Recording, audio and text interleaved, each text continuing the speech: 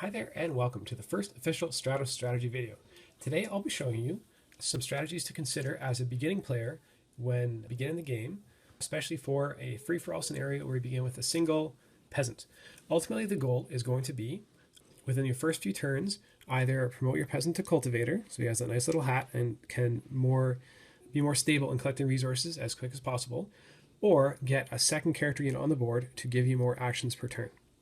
And you're going to do this by making smart choices around what resources to collect and how much risk to take. So let's reset the board and take a look.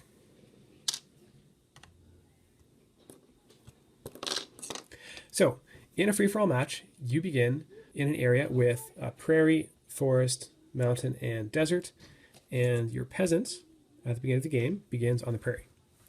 Now, the peasant has a choice to harvest D4 resources and possibly get more than one, or fail and get nothing.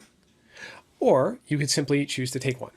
So let's consider actually the best case scenario. So let's say you roll 3. You get 3 corn. I'll just put that right there. And then you could move. If you're on the forest, then you could get some oak next turn and hire your second peasant or promote this peasant to cultivator. And you're in great shape. But you can't always plan on the best case scenario. So let's look at the worst case scenario. Let's say you actually rolled 4. You actually have nothing in that case. Well, your opponent might get, say, 3 oak on their first turn. And that's really unfortunate because then your opponent is actually 3 resources ahead.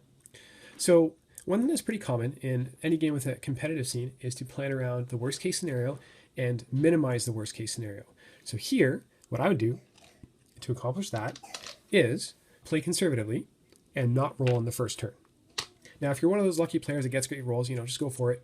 I'm pretty unlucky. So let's just take a single resource and move. And now suppose your opponent still gets 3 resources. Well, in this case, we're only behind 2 resources. So we've minimized how far behind that we can be, even if the opponent's really lucky. Now with this, you can actually plan around, well, based on how well your opponent harvests, you can make more or less risky choices. And that's what a lot of Stratos is about. Pardon me as I lose my voice a bit here.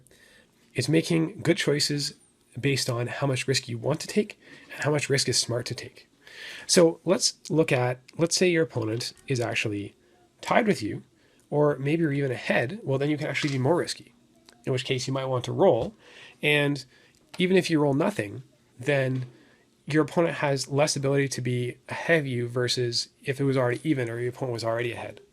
So I would take the risk, and let's see. Well, 1. Well, that's okay. Take the one oak, and go from there. Now, ultimately, the lands you move to, in terms of what resource to go for, up to you. But here are a couple suggestions. One would be shape your first couple turns around getting the resources you need to hire another peasant, or promote him to cultivator, so that way you can just accumulate resources faster.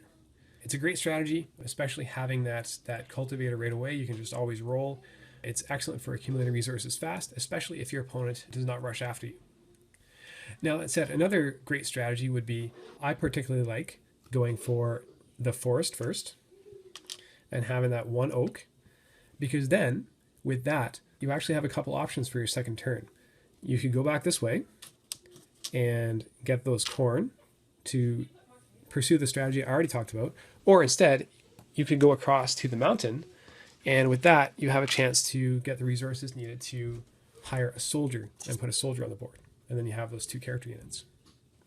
Yet another option is actually to begin with a single corn on your first turn and move to the desert, and then there focus on getting some spice, because with that you could actually hire a mage. And that's basically it. On your first few turns, you want to get a second character unit or a promoted character unit as fast as possible, because having those 2 characters or a single promoted character will give you more resources to allow you to hire more characters, promote them, get some spells for a mage, anything in the buy phase. So on your first couple turns, be more conservative if you want to most easily guarantee you get the stuff you need to get off to a great start. So I hope this is helpful for forming the basis of your strategy when starting a game of Stratos, at least for a scenario where you begin with a single peasant. Thanks for watching.